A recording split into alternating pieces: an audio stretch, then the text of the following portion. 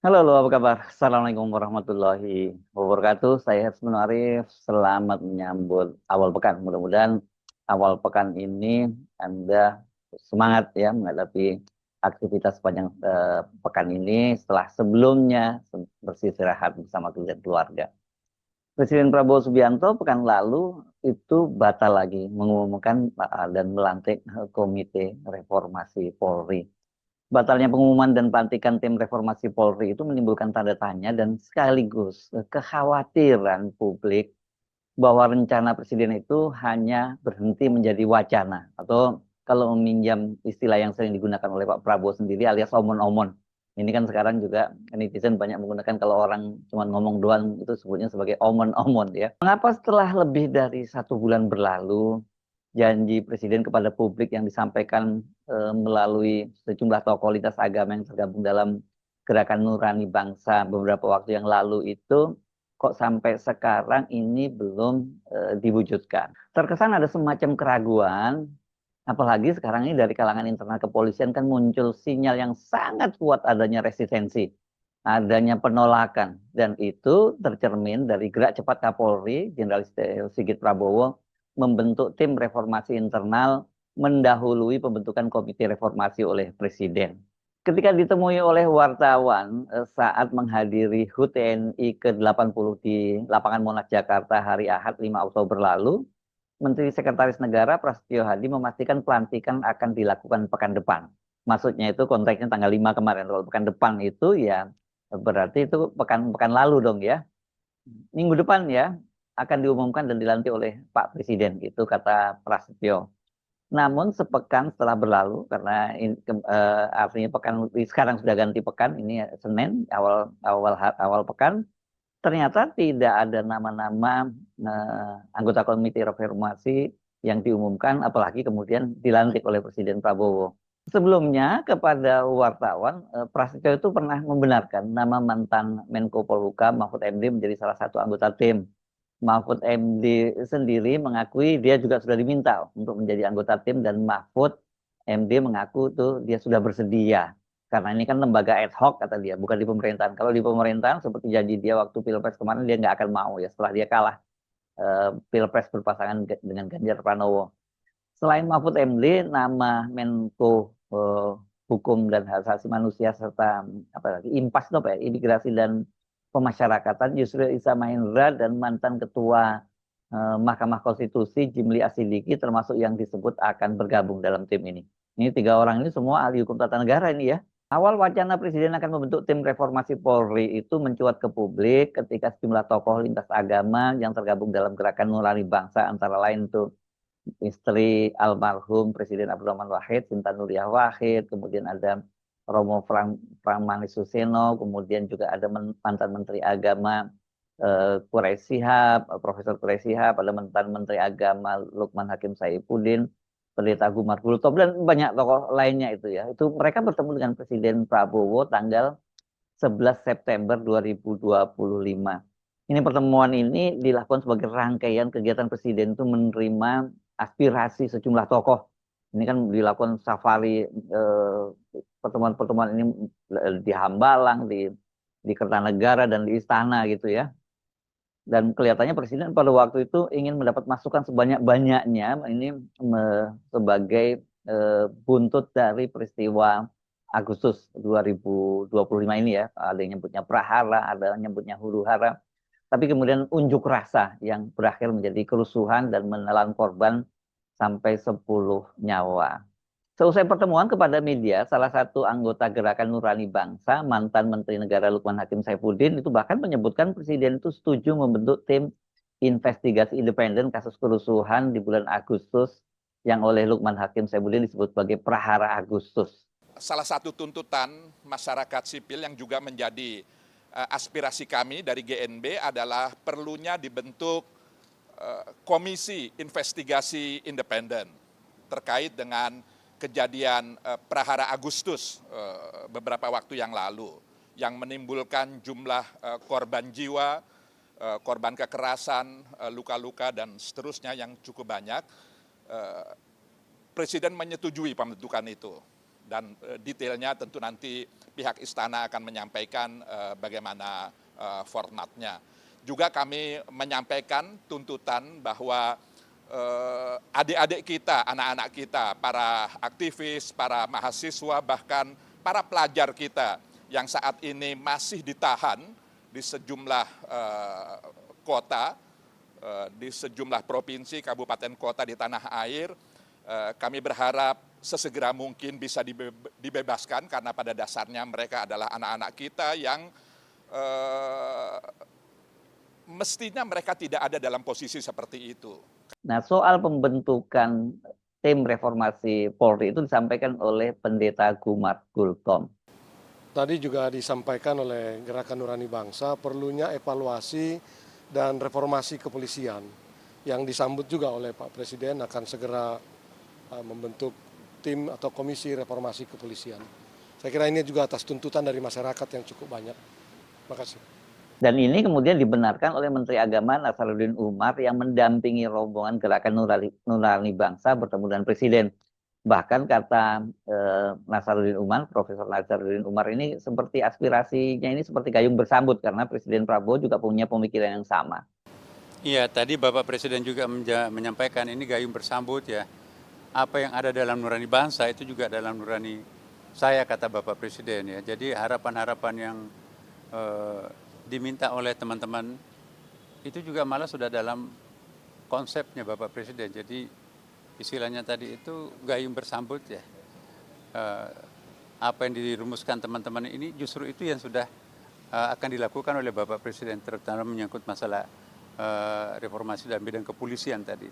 Jadi saya kira betul-betul titik pertemuan tadi itu pada hal yang sama, dan apa Bapak Presiden sampaikan tadi ya, alhamdulillah persis seperti itu juga yang diusulkan oleh teman-teman dari Gerakan Nurani Bangsa. Jadi terjadi penguatan dan persamaan pandangan antara Bapak Presiden dengan kelompok Gerakan Nurani Bangsa ini.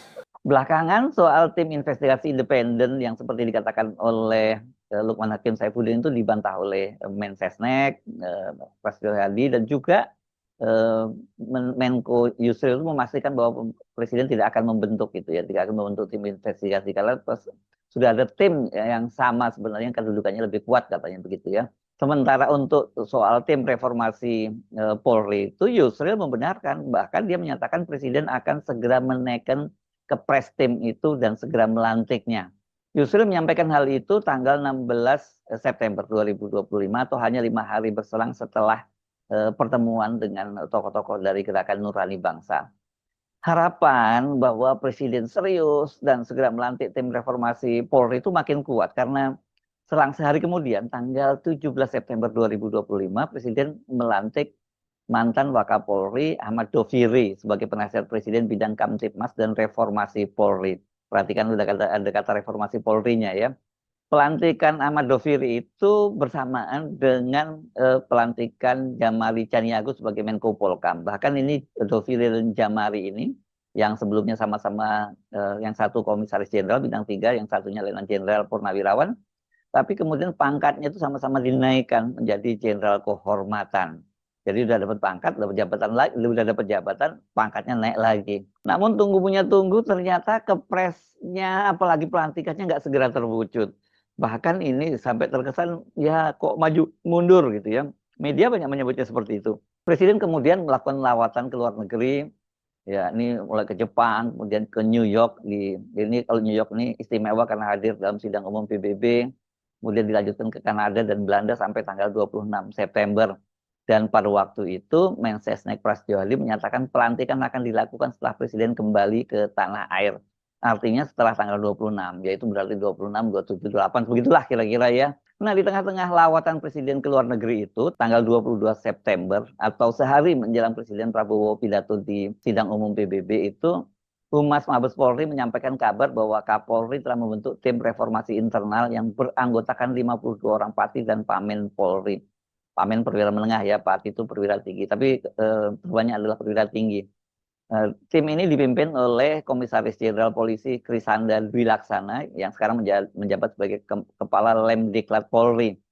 Sementara yang menjadi penasihat tim ini adalah Wakapolri Komisaris Jenderal Deddy Prasetyo dan pelindungnya langsung Kapolri Jenderal Listio Sigit Prabowo.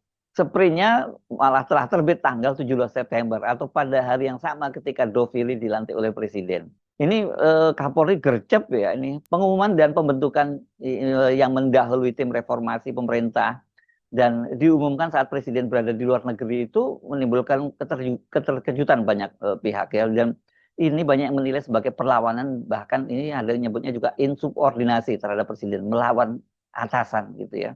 Ini bagaimana tidak disebut melawan atasan, Presiden mau membentuk tim yang untuk memperbaiki internal Polri, tiba-tiba babi bu langsung dia mengumumkan sendiri ya, dan timnya internal tidak melibatkan eksternal.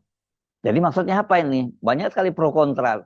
Tapi kemudian Ketua Harian Partai Gerindra yang juga menjadi Wakil Ketua DPR, Sufmi Dasko Ahmad ini mencoba menenangkan situasinya dan dia membantah bahwa ini katanya merupakan bentuk perlawanan. Katanya justru ini saling melengkapi gitu ya, karena mereka menyiapkan dari internal dan kemudian ini akan membantu tim yang dibuat oleh Presiden.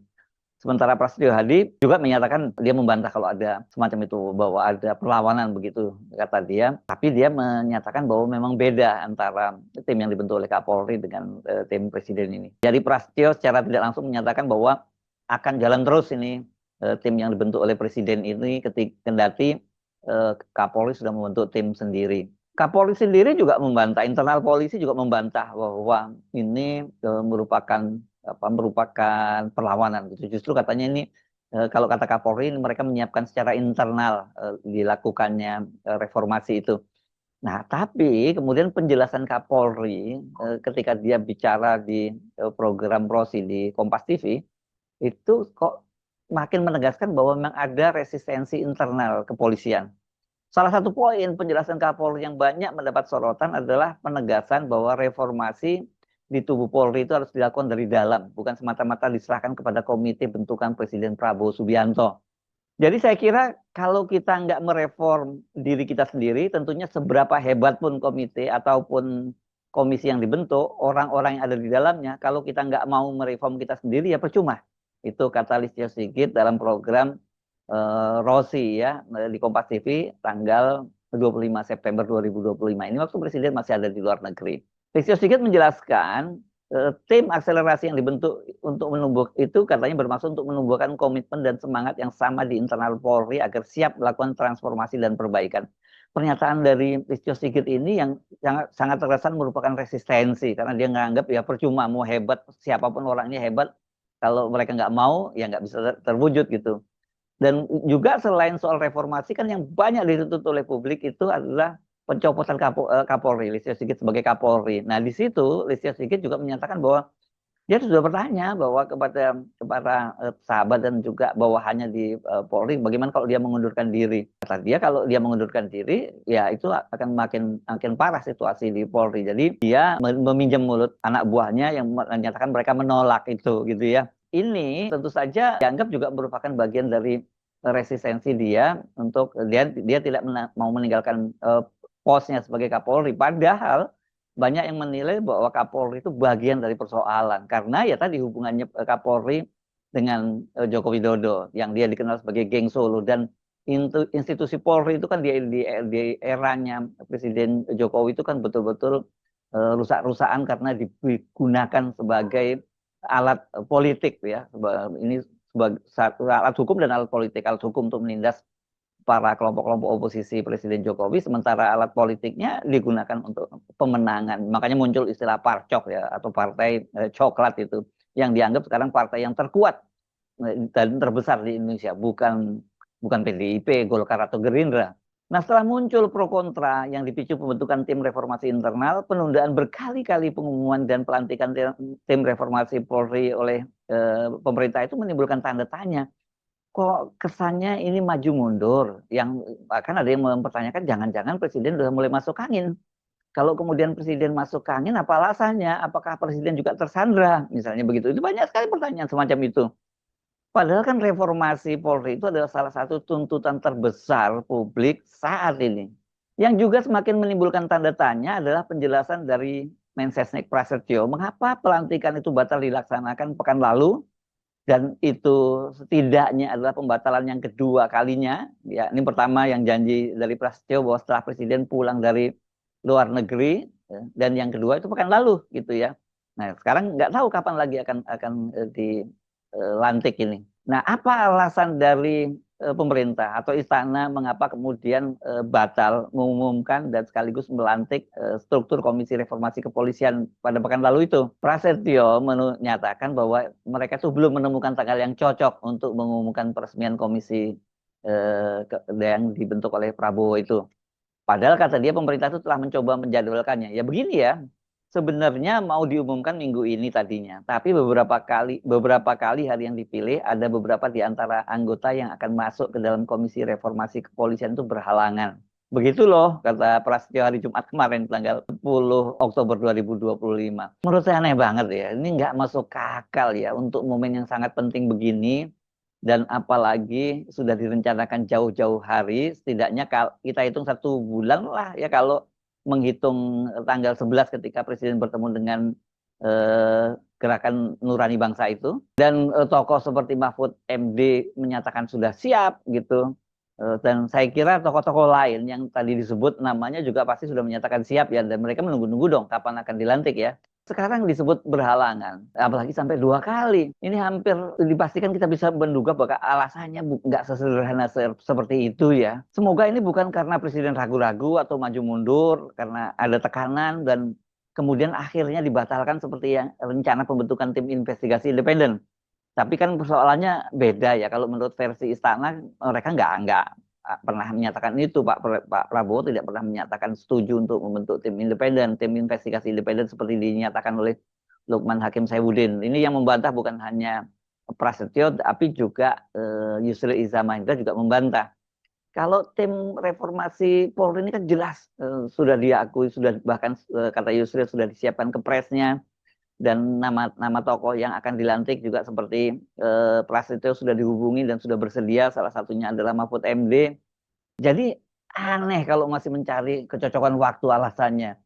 Pak Prabowo kan bukan orang yang percaya primbon ya, seperti Jokowi yang selalu mengambil momen-momen penting, melaksanakan momen-momen penting itu Rabu Pon. Itu pun belakangan Pak Jokowi juga berubah loh ya waktunya.